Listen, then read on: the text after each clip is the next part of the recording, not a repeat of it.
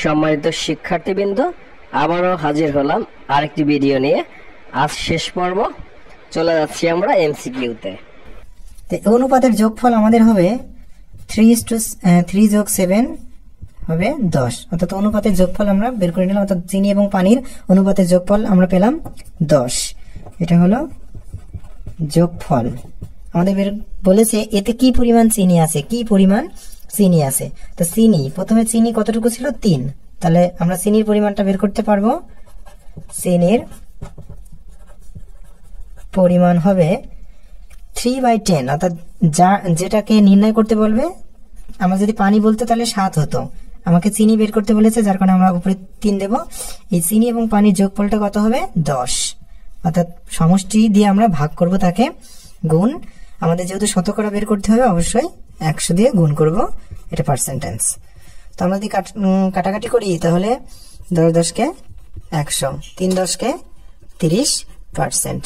তাহলে এক্ষেত্রে আমাদের চিনির পরিমাণটা হবে 30%। দেখি এই মানটা কোন অপশনে দেওয়া আছে, 30% ঘ অপশন আছে, সুতরাং সঠিক উত্তর ঘ।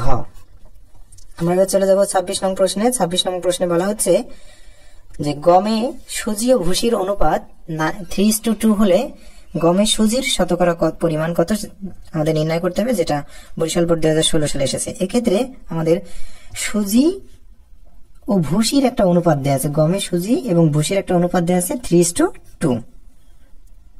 তাহলে এই অনুপাতের যোগফল আমরা বের করতে পারি 3 যোগ 2 কত হবে, 3 আর 2 5, অর্থাৎ অনুপাতের যোগফল আমরা পেয়েছি 5। এবার বলা হচ্ছে সুজির শতকরা পরিমাণ। তো সুজি কত ছিল আমাদের, সুজি প্রথমটা, তার মানে এখানে সুজি আছে 3, তাহলে আমাদের হবে 3 বাই সমষ্টি আছে 5 গুণ 100%। এবার যদি আমরা কাটাকাটি করি, 5 করি 100, তাহলে 3 করি কত হবে, 3 করি 60%। তাহলে সুজির পরিমাণ হলো 60%। দেখি কোন অপশনে দেওয়া আছে, আমাদের 60% খ অপশনে দেওয়া আছে, সুতরাং এক্ষেত্রে সঠিক উত্তর খ। 27 1 ঘন সেন্টিমিটার কাঠের ওজন 7 ডেসিগ্রাম। কাঠের ওজন সমায়তন পানির ওজনের শতকরা কত ভাগ? 1 ঘন সেন্টিমিটার কাঠের ওজন আমাদের দেওয়া আছে 7 ডেসিগ্রাম।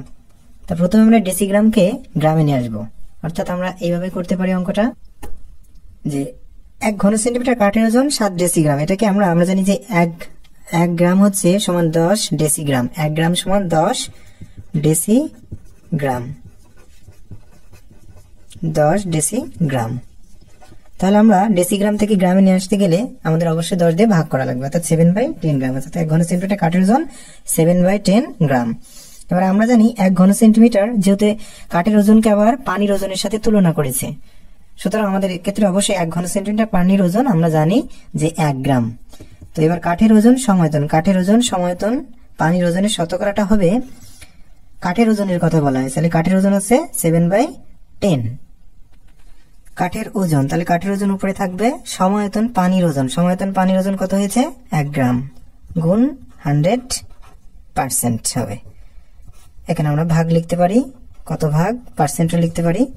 তো এক্ষেত্রে নিচের অঙ্কে আমাদের লেখার দরকার, প্রথমে কাঠের ওজন দেওয়া হয়েছে, তারপরে পানির সমায়তন পানির ওজন গুণ 100, যেহেতু শতকরা বলেছে, সুতরাং শতকরার জন্য আমাদের এখানে 100 নিয়ে আসতে হচ্ছে।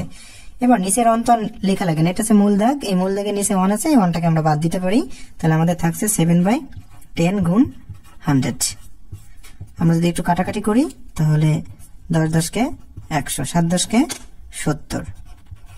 70 ভাগ, তাহলে আমরা পাচ্ছি 70 ভাগ, যেটা অপশনে দেখি কোন অপশনে 70 মানটা আছে, আমরা ঘ পেয়ে গেছি 27 ঘ, তাহলে সঠিক উত্তর 70। আমাদের টাইপ 4 শেষ, চলে যাব সর্বশেষ টাইপ তথা 5 নং টাইপে। টাইপ 5 সমানুপাতিক ভাগ, যার আলোকে আমরা 28 থেকে 30 নং বহু নির্বাচনী প্রশ্নগুলোর বিশ্লেষণ করব।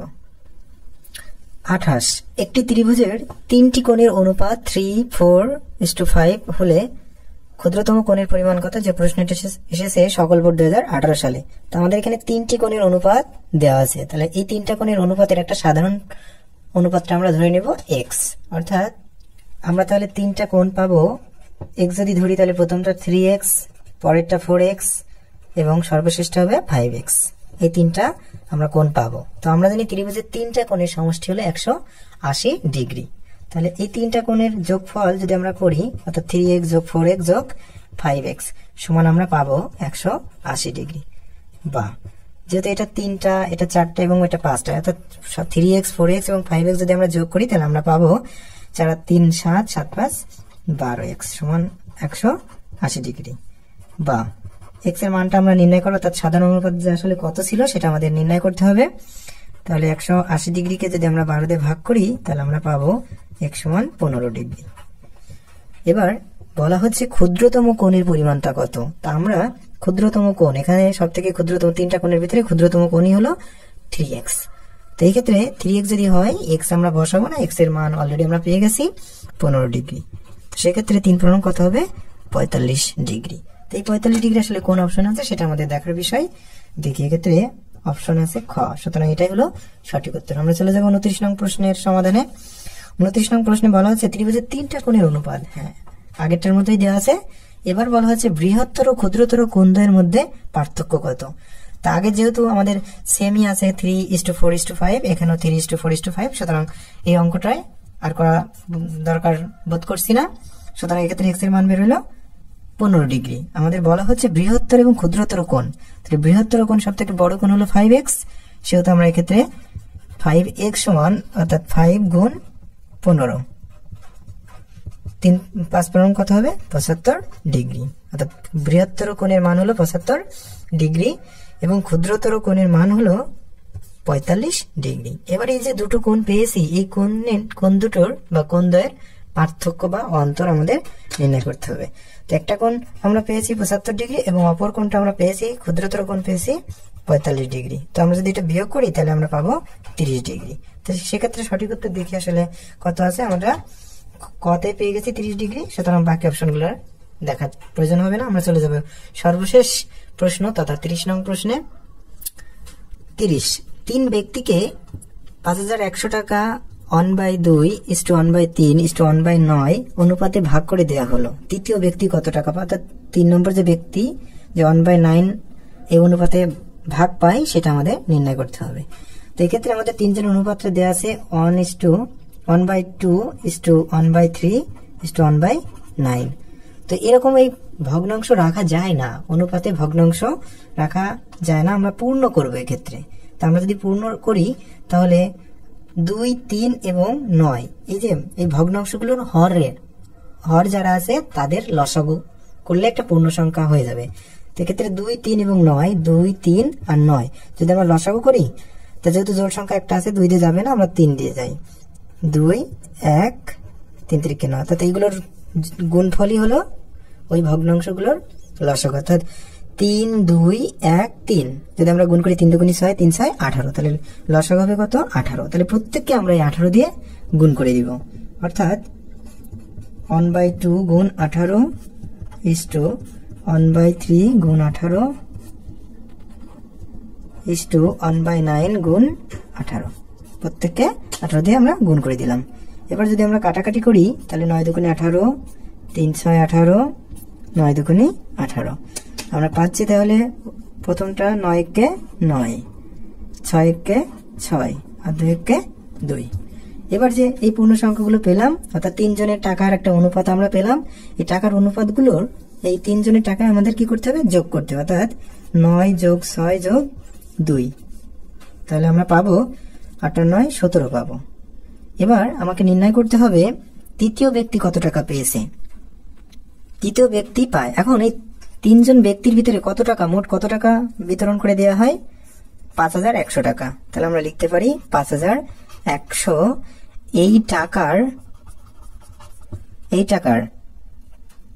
কাকে দিব আমরা, এই টাকার ভিতরে তৃতীয় যে ব্যক্তি আছে সেই তৃতীয় ব্যক্তিতে, তৃতীয় ব্যক্তির টাকার অনুপাতটা পেয়েছিল কত, অনুপাত 2। এবার তিনজনের মোট টাকার সমষ্টিটা হলো, অনুপাতের সমষ্টিগুলো হলো 17। তাহলে আমরা এটা নিচে লিখবো, অর্থাৎ যাকে আমরা বের করব তাকে তার অনুপাতটা উপরে লিখবো। এবার যদি আমরা কাটাকাটি করি, অর্থাৎ এই 17কে যদি আমরা 5100কে কাটি তাহলে আমরা পাবো 300। এবার যদি এটা গুণ করি তাহলে আমরা পাবো 300 দুগুণী 600 টাকা। তাহলে তৃতীয় ব্যক্তি পাবে কত টাকা? 600 টাকা। দেখি এই মানটা কোন অপশনে দেওয়া আছে আমাদেরকে, 600 টাকা খ। সুতরাং এটা হলো আমাদের সঠিক উত্তর।